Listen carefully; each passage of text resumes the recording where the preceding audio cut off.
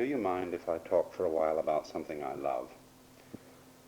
About water and the ocean. Ever since I can remember anything at all, the light, the smell, the sound and motion of the sea has been pure magic. Even the mere intimation of its presence. Gulls flying a little way inland. The quality of light in the sky beyond hills which screen it from view. The lowing of foghorns in the night. If ever I have to get away from it all, and, in the words of a Chinese poet, wash all the wrongs of life from my pores, there's simply nothing better than to climb out onto a rock and sit for hours with nothing in sight but sea and sky.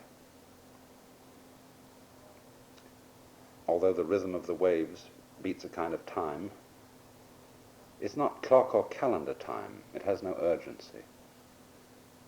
It's timeless time. Because I know I am listening to a rhythm which has been just the same for millions of years. And it takes you out of the world of relentlessly ticking clocks. Clocks, for some reason or other, always seem to be marching, and armies never march to anything but doom. But there's no marching rhythm in the motion of waves. It harmonizes with the breath. It does not count our days. Its pulse is not in the stingy spirit of measuring, of marking out how much still remains. It's the breathing of eternity, like the Brahma of Indian mythology, who inhales and exhales, manifests and dissolves the worlds, endlessly, forever. As a mere conception, that sounds appallingly monotonous, until you listen to the breaking and washing of waves. Just in the past few weeks, I've come to live right on the edge of the water. I have a studio, library, and place for writing in an old ferry boat, tied up on the waterfront of Sausalito, north of San Francisco. I suppose the nearest thing in America to a Mediterranean fishing village. Steep hills, clustered with little houses. And below, along the rim of the bay, a forest of masts, rocking almost imperceptibly against a background of water and wooded promontories. In some ways it's rather a messy waterfront, not just piers and boats, but junkyards, industrial buildings, and all the inevitable literature of our culture. But somehow the land and seascape absorbs and pacifies the mess. Sheds and shacks thrown together out of old timbers and plywood, heaps of disused lumber, rusted machinery, rotting hulls. All of this is transformed in the beneficent presence of the sea. Perhaps it's the quality of the light, especially early in the morning and towards evening, when the distinction of sky and water becomes uncertain, when the whole of space becomes opalescent, a sort of pearly luminous grey, and the rising or setting moon is straw yellow. In this light, all the rambling mess of sheds and junkyards is magical.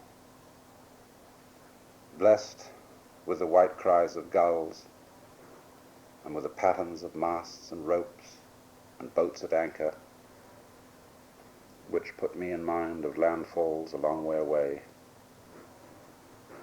and of all the voyages of which one has dreamed. I look out now as I talk to you, across a wide space of nothing but water and birds, ending in a line of green slopes with clumps of trees. Right over the edge of the boat, the water contains, seemingly just under the surface, a ceaselessly moving network of reflected sunlight. through which a school of very tiny fish passes delightfully uncaught, and yet only a few yards from where we are moored. Tackle shops sell the marvelous salmon and crabs with which this particular area abounds.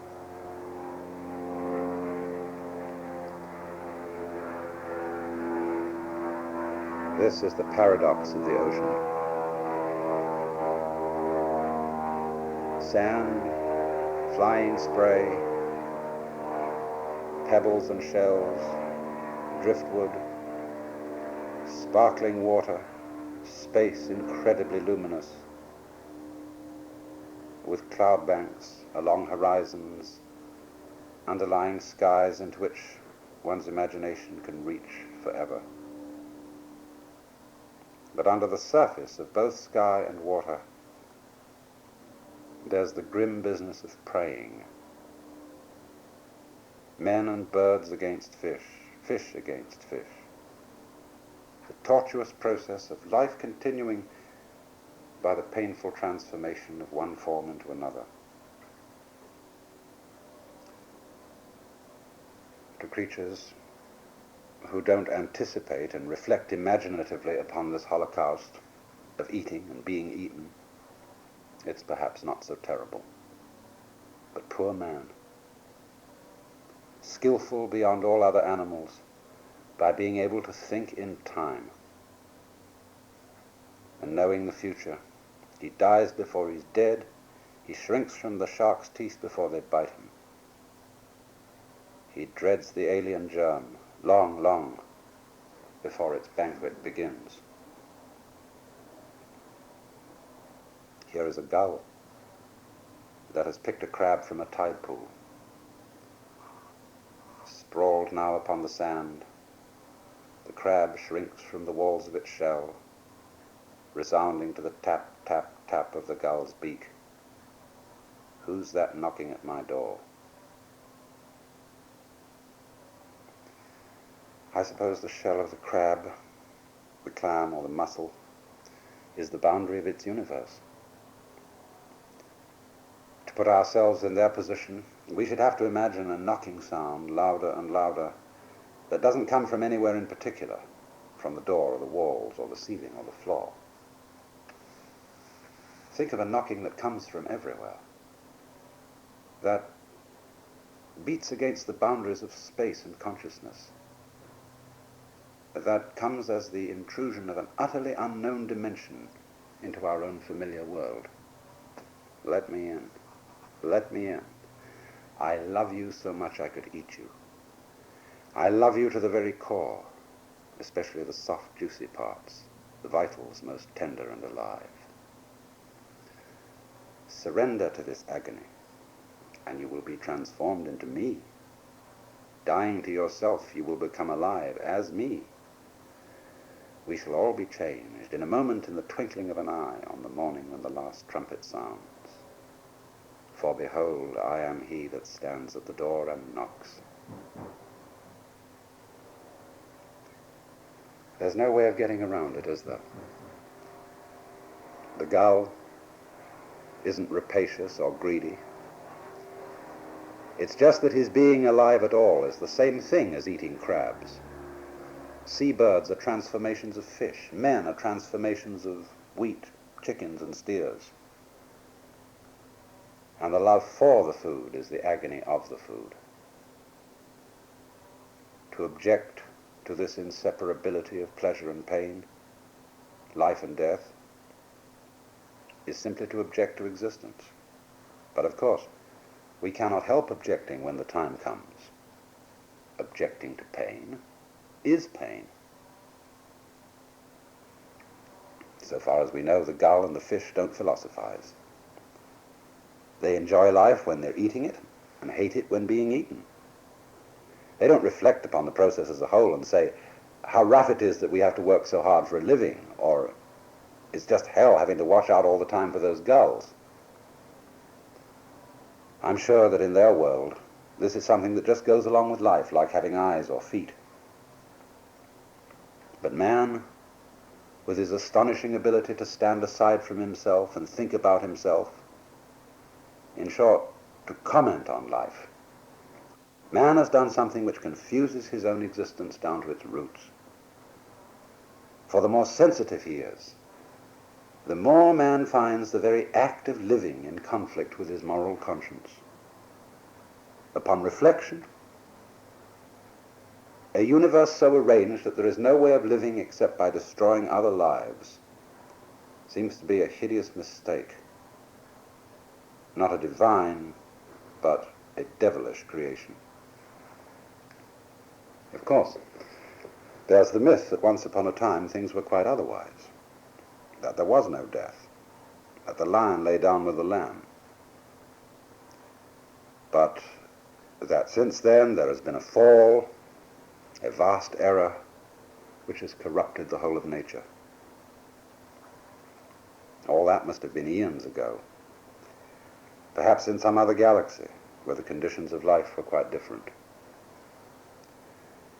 Or perhaps the ghastly mistake was just that step in man's evolution which made it possible for him to comment, to reflect upon life as a whole.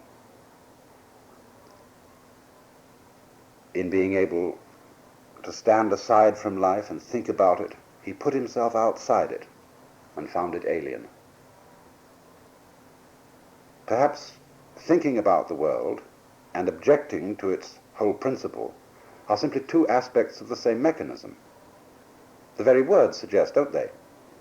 Perhaps we must object to everything that becomes an object.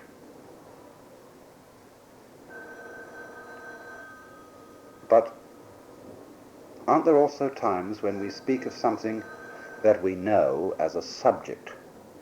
The subject of this book, the subject I am now studying. Would it be possible to subject to life instead of objecting to it? Is this playing with words, or does it possibly mean something? Now, if the gulls and the fish don't philosophize, they have no consciousness of life being either good as a whole or bad as a whole. So when we philosophize and pity the poor fish, that's just our problem. From its own standpoint, the world of animals and insects doesn't find itself problematic at all. There's not the slightest evidence to suggest it. On the contrary, I'm inclined to feel that all these creatures really swing and go on living up to the very moment when the game is no longer worth the candle. I'm quite sure they don't lecture each other about their duties or worry about where they're going when they're dead. Isn't it then rather an enormous relief for us men to see that the plant and animal world is no problem to itself, and that we are wasting intellectual energy in making moral judgments about it? But, of course, we can't return to the unreflective consciousness of the animal world without becoming animals. To be human is precisely to have that extra circuit of consciousness which enables us to know that we know, and thus to take an attitude to all that we experience. The mistake that we've made, and this, if anything, is the fall of man, is to suppose that that extra circuit, that ability to take an attitude to life as a whole, is the same as actually standing aside and being separate from what we see. We seem to feel that the thing which knows that it knows is one's essential self. That, in other words, our personal identity is entirely on the side of the commentator. We forget that self-consciousness is simply a subordinate part and instrument of our being, a sort of mental counterpart to the finger-thumb opposition of the human hand. And which is you, the finger or the thumb? look at the stages of differentiation. First, the organism from its environment, and with this, knowledge of the environment. Second, the distinction of knowing knowledge from knowledge itself. But all this, like the finger-thumb opposition, is a difference which does not divide. The thumb isn't floating in the air alongside the rest of the hand. At their roots, they're joined. And at our roots, we are joined to the whole subject of nature. Of course, you may say that nature or the universe is just a big abstraction. But tell me, is an orange just an abstraction from its component molecules?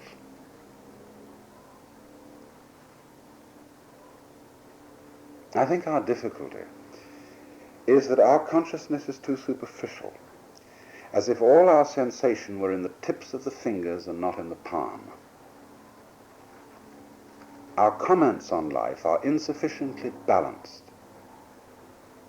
by the clear sensation that what we are talking about is ourselves, and ourselves in a sense far more basic and real than that extra circuit which knows knowing. Are we misled by the fact that we move freely on the earth and aren't rooted to it in the same way as trees to the ground and fingers to the hand?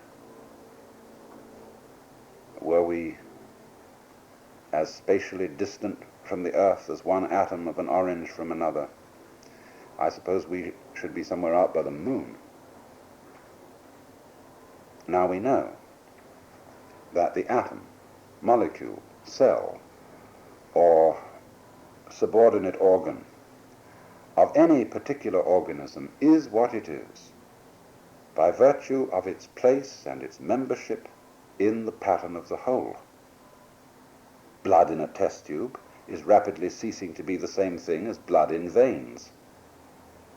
In the same way, man must beware lest in cutting himself off psychically from the world that he sees, and so isolating the subject from the object, lest in doing this he rapidly ceases to be man. So I think this is why I love the ocean. It's the most difficult part of nature to mess up with emblems and symptoms of man's dissociated consciousness. It's an environment in which the awareness of our roots can awaken, in which space, so real because of the light and color, can be seen to be joining things instead of separating them. Yes. And I've just discovered that that knocking on the wall of space and consciousness was my own heart beating.